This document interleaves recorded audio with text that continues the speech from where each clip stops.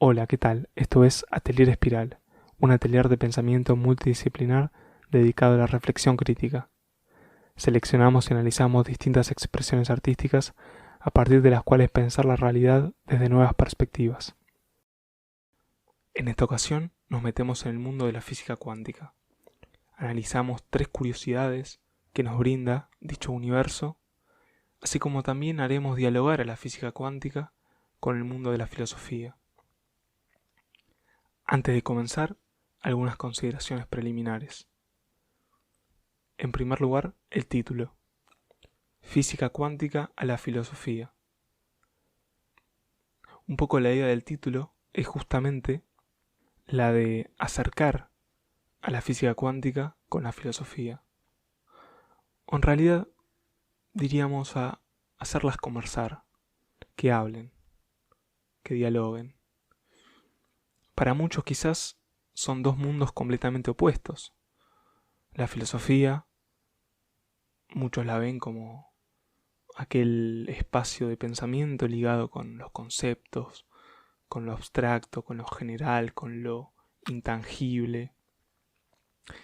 Y la física cuántica, en cambio, como rama, como desprendimiento de la física, como un espacio ligado con lo empírico, con lo concreto, con lo tangible, con las cosas, con lo material.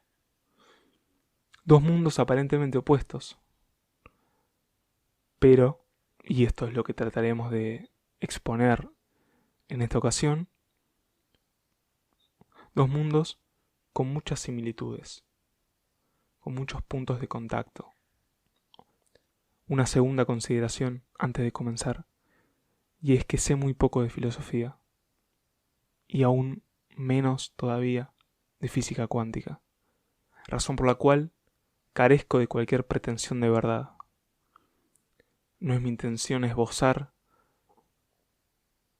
ni afirmar ciertas conclusiones o tentativas de conclusiones respecto a las curiosidades que veremos a continuación. Precisamente por el hecho de no saber, es que no tengo ninguna pretensión de verdad. No busco llegar a verdades últimas acerca de los temas que veremos, sino meramente, y esta es la tercera consideración, me limito al ejercicio de la duda, de la pregunta, del interrogante. Guiado por el asombro, no hago más que preguntar, que dudar. En definitiva, no hago más que el ejercicio de filosofar. La práctica filosófica es eso. Preguntar, interrogar. La filosofía es eso. Creo que la filosofía está menos ligada con los conceptos y más ligada con la acción, con el preguntar, con el verbo. No puede haber filosofía sin filosofar. La filosofía es práctica, es ejercicio, es dinámica. Y en ese sentido, la filosofía es pregunta. Y es pregunta permanentemente. La filosofía pregunta, interroga, duda. No busca respuestas. Quizás las encuentre, pero cuando encuentra una respuesta vuelve a preguntar, y así incesantemente. Y un poco eso es lo que vamos a tratar de hacer en esta ocasión. Precisamente por el hecho de carecer de cualquier pretensión de verdad, me limitaré al ejercicio de la duda, del preguntar.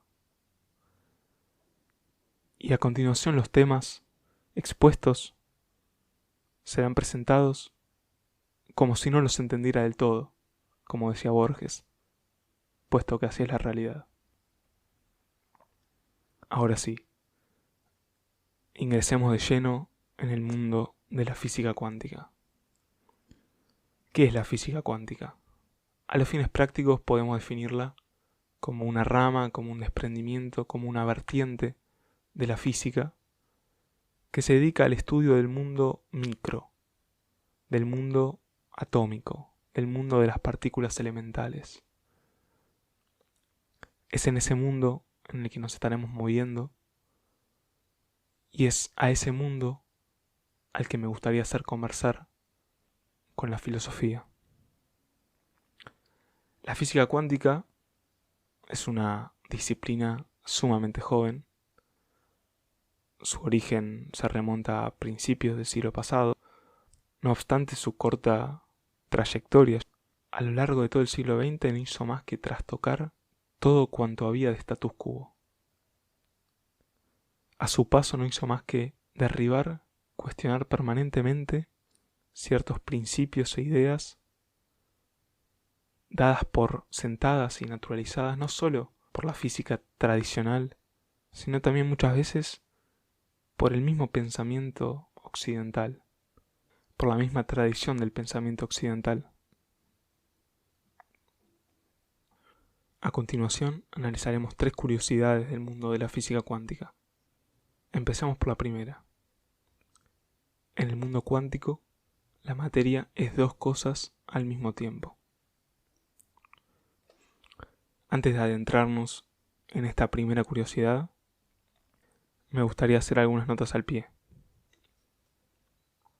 Para la física, los fenómenos pueden clasificarse en 2 categorías. O bien poseen una naturaleza ondulatoria, es decir, son ondas, o bien poseen una naturaleza que se denomina corpuscular, es decir, que tiene cuerpo, es decir, son partículas. El mundo físico, entonces, se divide en cosas que son ondas, cosas que son partículas.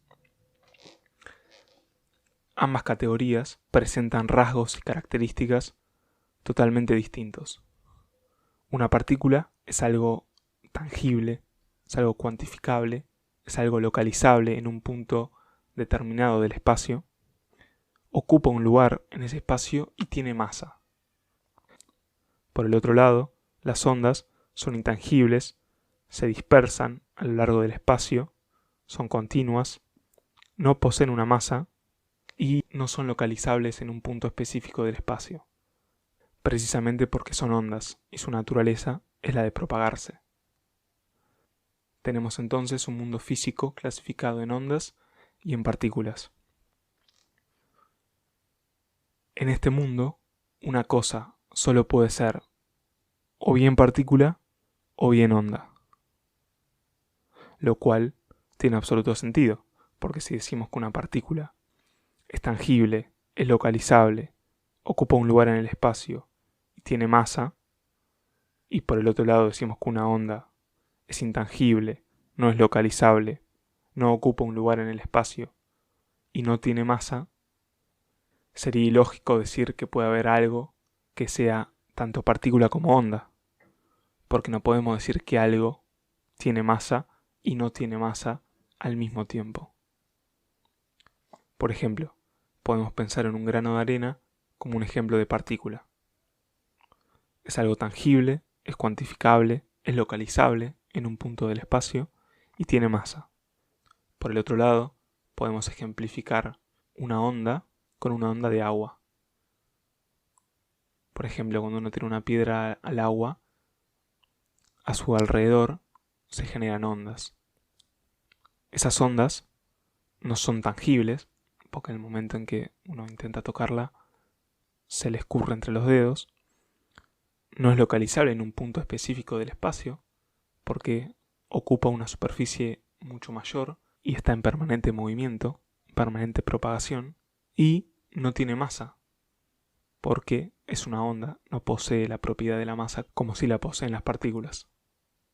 Entonces, tenemos un mundo físico compuesto de ondas y de partículas. Y evidentemente, una cosa puede ser o bien partícula o bien onda. No puede haber una cosa en el mundo físico que sea al mismo tiempo onda y partícula. ¿Por qué? Porque corresponden a categorías distintas y responden a rasgos y a características distintas. Si decimos que una partícula es tangible, es localizable en un punto del espacio y tiene masa, y que una onda, por el contrario, es intangible, no es localizable, sino que es dispersa y no tiene masa, es lógico pensar que es imposible una cosa que sea al mismo tiempo onda y partícula, porque estaríamos diciendo que hay una cosa que al mismo tiempo tiene masa y no tiene masa, que al mismo tiempo es tangible y no es tangible, que al mismo tiempo es localizable y es dispersa. Esta idea está basada sobre un principio lógico llamado el principio de la no contradicción. Es un principio de la lógica cuyo origen se remonta a los griegos. Algunos se lo atribuyen a Aristóteles, de ahí la lógica aristotélica. Otros van aún más atrás y se lo atribuyen a un filósofo presocrático llamado Parménides. Pero en definitiva, desde los griegos en adelante, este principio de no contradicción fue la base de todo el pensamiento occidental y de todo el desarrollo del pensamiento occidental. ¿Qué nos dice este principio de no contradicción? Este principio nos dice que es imposible que algo sea y no sea al mismo tiempo. De vuelta, es imposible que algo sea y no sea al mismo tiempo. Por ejemplo, yo puedo decir, esta hoja es una hoja, pero no puedo decir que esta hoja, al mismo tiempo que es una hoja, no es una hoja. Puede que dentro de 2 horas, si la hoja se rompe, deje de ser una hoja y pasen a ser 2 hojas o muchas hojas o incluso otra cosa. Pero al mismo tiempo, una cosa no puede ser y no ser. Dicho lo mismo de otra manera, esta hoja no puede ser una hoja al mismo tiempo que es un lápiz, porque son cosas distintas. No puedo decir que una cosa es al mismo tiempo que es otra cosa. Es lo mismo que decir lo que decíamos antes, que es imposible que algo sea y no sea al mismo tiempo. Es imposible que esta hoja sea al mismo tiempo que no sea. Este es el principio de no contradicción y este es el principio que guió todo el desarrollo del pensamiento occidental, incluidas dentro de este pensamiento las ciencias a lo largo de casi 2500 años. Tenemos entonces un mundo físico clasificado en ondas y en partículas, cuya distinción está basada sobre el principio de no contradicción, pongámosle aristotélico, que nos dice que es imposible que algo sea y no sea al mismo tiempo. Trasladado al ámbito físico, es imposible que una cosa sea una partícula al mismo tiempo que sea una onda. ¿Qué nos dice la física cuántica? Nos dice que no estemos tan seguros. Nos dice que en el mundo cuántico es posible que se dé lo que se llama dualidad onda-partícula. Es decir, que las partículas subatómicas presenten una naturaleza dual, que sean tanto ondas como partículas. Y aún más, no nos dicen que es posible que esto ocurra, que la materia en el nivel subatómico sea 2 cosas al mismo tiempo. Nos dice que es así, que esa es la norma. En el mundo cuántico, las cosas son onda y son partículas. Esa dualidad onda-partícula es la naturaleza fundamental de todas las cosas a nivel subatómico. Las partículas son ondas y las ondas son partículas. Efectivamente, para la física cuántica, la clasificación de los fenómenos físicos en ondas y partículas carece de sentido en el mundo subatómico. Allí, lo que impera es la dualidad onda-partícula. Las cosas son, a un mismo tiempo, onda y partícula. Por esta razón, las cosas pueden estar en distintos lugares al mismo tiempo. Esto es lo que se llama superposición. Precisamente por esta dualidad onda-partícula, las cosas no pueden ser localizadas en un lugar específico del espacio. ¿Por qué? Porque no son solo partículas, también son ondas. Entonces, tienen la capacidad de estar en distintos lugares al mismo tiempo. Por esta razón, porque las cosas en el mundo subatómico presentan esta dualidad, y porque pueden estar en distintos lugares al mismo tiempo, es que las partículas, para la física cuántica, existen en un estado de probabilidad, porque nunca se puede precisar el lugar exacto en el que está. Tenemos así planteada la primera curiosidad que nos ofrece la física cuántica. La materia es dos cosas al mismo tiempo. La materia es partícula y es onda. Es tangible y es intangible. Tiene masa y no tiene masa. Es localizable y a la vez es dispersa. ¿Dónde deja esta curiosidad a la filosofía? Me gustaría en este punto hacer mención de un pasaje de un libro de Heidegger que se titula ¿Qué es la filosofía?, que es una conferencia impartida por el filósofo alemán en 1955. La disertación, como el título lo refleja, es acerca de la filosofía, acerca de la definición de la filosofía, acerca de la ontología de la filosofía. Es una pregunta por el ser de la filosofía. En dicha conferencia, Heidegger se pregunta por el desarrollo de la filosofía de Aristóteles en adelante. Y precisamente nos dice que toda la filosofía posterior a los griegos es un tipo de competencia particular que permite aprehender el ente con la mirada, poniendo a la vista lo que éste es en tanto que ente. Vuelvo a repetir esa frase. Dice, la filosofía es un tipo de competencia particular que permite aprehender el ente con la mirada, poniendo a la vista lo que éste es en tanto que ente. Tratemos de conectar esto con la primera curiosidad que vimos. En esta frase tenemos dos cuestiones. En primer lugar, la idea de el ente y la idea de lo que éste es en tanto que ente.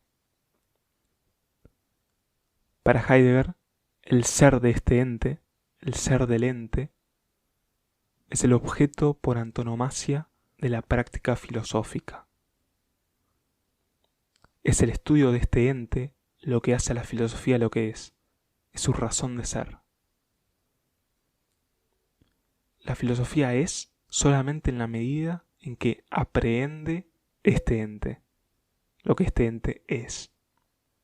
Ahora bien, como vimos, en el mundo cuántico, este ente es dos cosas al mismo tiempo.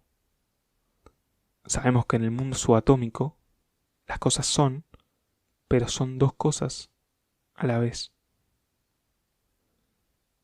¿Cómo abordar, cómo aprehender, cómo interpelar a un ente que presenta una naturaleza dual, que presenta una naturaleza dicotómica, opuesta, contradictoria?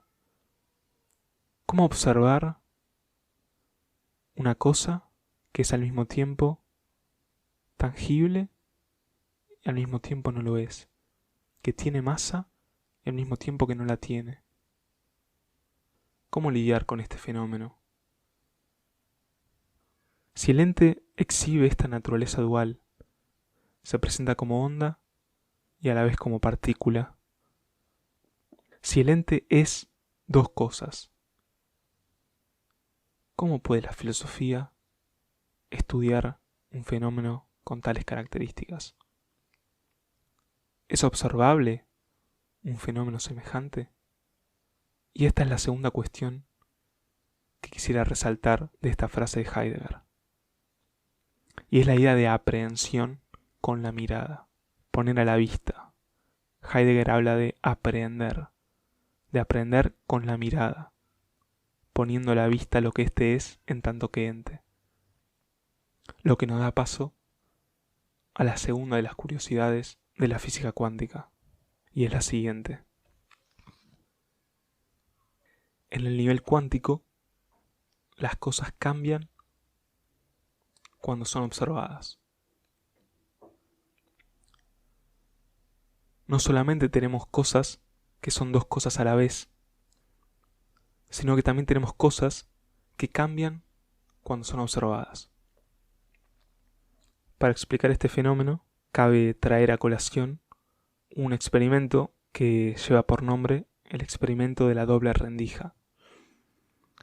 Es un experimento que data de principios del siglo XIX. Quien primero lo utilizó fue un científico inglés llamado Thomas Young, y lo utilizó para el estudio de la naturaleza de la luz. La física cuántica se sirvió de ese experimento para aplicarlo en el nivel subatómico. El experimento consiste en lanzar electrones hacia una pared que tiene dos rendijas, detrás de la cual hay otra pared que será donde los electrones terminen impactando. Como vimos, los electrones presentan una naturaleza dual, son tanto partículas como ondas. De esta manera, cuando el electrón es lanzado hacia la pared con las dos rendijas, se comporta como una onda y por este motivo atraviesa las dos rendijas al mismo tiempo. Al hacerlo, y al hacer esta misma prueba con varios electrones uno después que otro, termina dando como resultado en la pared del fondo un patrón de interferencia, igual que el que se genera con la luz. Ahora bien, hasta acá nada nuevo.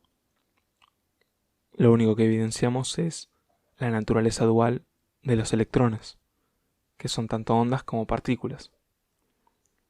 Se proyectan como una onda y atraviesan las dos rendijas como onda y finalizan llegando a la última pared como partículas.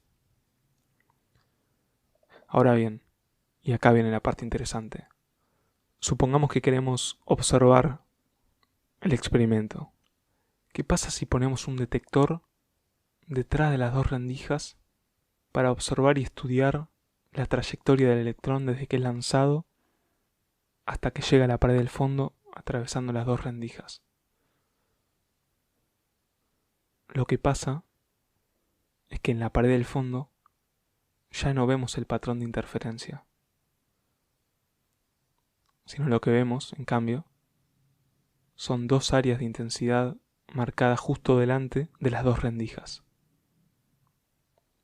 El electrón, al ser observado, deja de comportarse como una onda y se comporta solamente como una partícula. Si sacamos el detector, el electrón retoma su dualidad y se comporta como onda. Claro que hay una explicación para este fenómeno, y esta explicación está relacionada con lo que se llama, mejor dicho, el principio de indeterminación de Heisenberg. Este principio nos dice que es imposible observar un electrón sin alterar su naturaleza, sin alterar la forma en la que éste se manifiesta. En otras palabras, desde el momento en que observamos al electrón, éste se manifiesta de una forma distinta a como se manifestaría si no estuviese siendo observado. Volviendo al experimento, cuando queremos detectar al electrón, lo que hacemos es anulamos la superposición que vimos en la curiosidad anterior. Es decir, y esto es lo que se llama en la física cuántica el colapso de la función onda.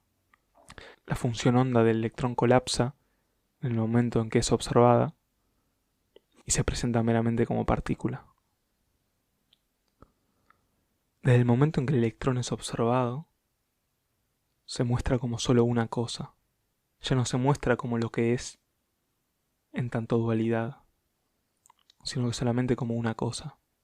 Es decir, que es imposible para el observador aprehender al electrón en su naturaleza. Pensemos esto trayéndolo al mundo macro. ¿Es plausible pensar en una realidad inaprehensible? Sigamos con el ejemplo de la hoja. Al mirar una hoja, esta se me presenta precisamente como una hoja. Ahora bien, siguiendo los lineamientos de la física cuántica, esta hoja podría también ser una onda. Pero el hecho de estar siendo observada hace que se me presente como una partícula y no como una onda. Pero ¿qué pasa si no lo observo? ¿Qué pasa si no hay ningún detector que esté registrando la hoja? Bueno, de vuelta, siguiendo los postulados de la física cuántica, podría ser que esa hoja se manifieste de una manera distinta. Se manifieste como partícula y como onda. ¿Y cómo sería eso? Y no sé. Porque es imposible de aprender por el ojo humano. Desde el momento en que lo quiere hacer, colapsa esa función onda, se anula la superposición y la hoja se presenta solamente como una de las dos cosas que es. Esta segunda curiosidad, que la materia en el nivel cuántico cambia cuando es observada, presenta entonces dos elementos sumamente interesantes.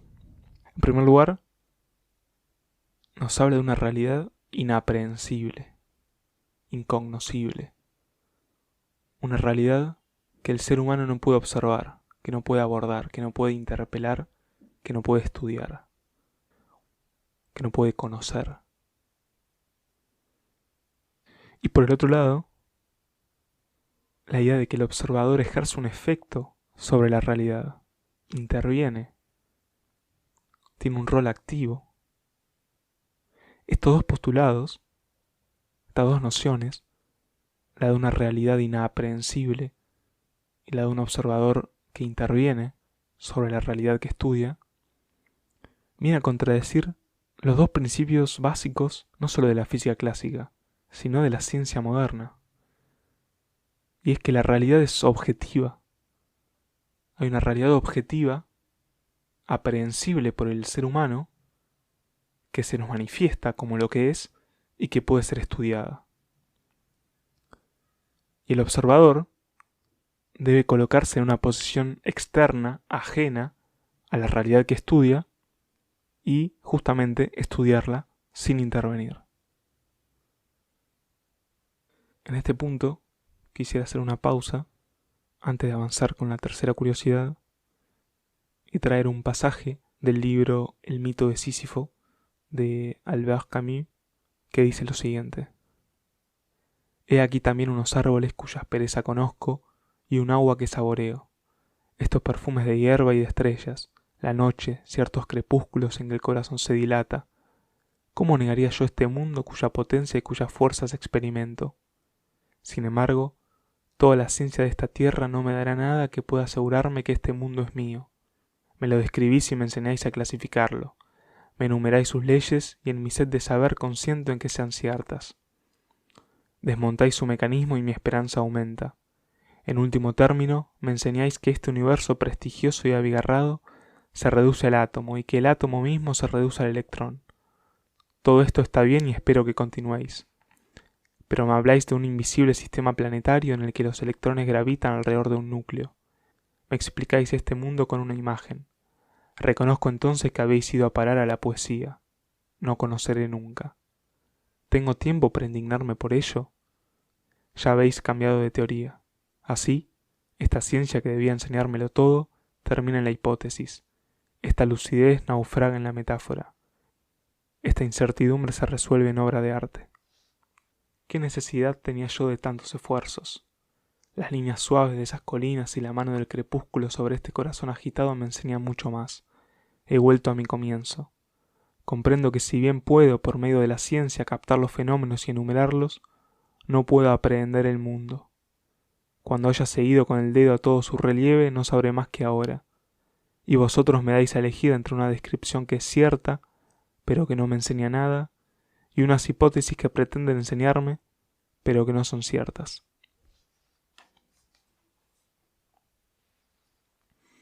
Pasemos ahora sí a la tercera curiosidad. Hasta ahora vimos que la materia en el nivel cuántico es dos cosas a la vez, y que la materia cambia cuando es observada. Ahora, ¿qué pasa si sumamos un segundo observador? ¿Qué pasa si en vez de un observador hay dos? La tercera curiosidad es la siguiente. En el nivel cuántico, dos observadores ante un mismo fenómeno pueden registrar hechos distintos. Un experimento del año 2019 realizado en Escocia, en la Universidad de Heriot-Watt, cuyos detalles metodológicos, admito, leí e intenté entender infructuosamente, nos dice esto. Y es que, como dijimos en el nivel cuántico, la objetividad no existe. No hay tales cosas como hechos que se dan y hechos en sí, ya que ante un mismo hecho, dos observadores registran dos hechos distintos. Entonces, ya no tenemos solo que la materia cambia cuando es observada, sino que incluso dos observadores, ante una misma manifestación de la materia, pueden estar viendo hechos completamente distintos. ¿No es esto acaso el solipsismo? El solipsismo nos dice que lo único que existe soy yo, o en realidad mi mente. Esto es lo único que existe y lo único de lo que puedo estar seguro. Todo lo demás, todo lo que me rodea, es incognoscible. No lo puedo conocer. Incluso más, todo lo que me rodea, precisamente porque lo único que existe es solamente mi mente, todo lo que me rodea no es más que manifestaciones conscientes de ese yo. Es decir, la realidad circundante, todo lo real, para el solipsismo, no es más que una proyección mental. Una vez más en este punto, quisiera hacer una mención de un pasaje de un texto de Borges que lleva por nombre Tlön Uqbar Orbis Tertius. El texto, que nos habla de un planeta imaginario llamado Tlön, nos dice lo siguiente. El mundo para ellos no es un concurso de objetos en el espacio, es una serie heterogénea de actos independientes, es sucesivo, temporal, no espacial. No hay sustantivos en el conjetural idioma original de Tlön, del que proceden los idiomas actuales y los dialectos. Hay verbos impersonales, calificados por sufijos o prefijos monosilábicos de valor adverbial. Por ejemplo, no hay palabra que corresponda a la palabra luna, pero hay un verbo que sería en español lunecer o lunar. Surgió la luna sobre el río, se dice, hacia arriba detrás duradero fluir luneció. Lo anterior se refiere a los idiomas del hemisferio austral. En los del hemisferio boreal, la célula primordial no es el verbo, sino el adjetivo monosilábico. El sustantivo se forma por acumulación de adjetivos. No se dice luna, se dice aéreo claro sobre oscuro redondo o anaranjado tenue del cielo. Volviendo al ejemplo de la hoja, siguiendo los postulados de la física cuántica, yo podré estar mirando esta hoja y decir que es una hoja, mientras que otra persona podría estar mirando la misma hoja en un mismo momento y estar viendo otra cosa, estar viendo un lápiz. Repasemos entonces estas tres curiosidades de la física cuántica. Primero, la materia es dos cosas al mismo tiempo. En el mundo cuántico, la materia es a la vez onda y partícula, lo que contradice los principios fundamentales no solo de la física clásica, sino del propio pensamiento occidental, de la propia estructura del pensamiento occidental de los últimos 2500 años.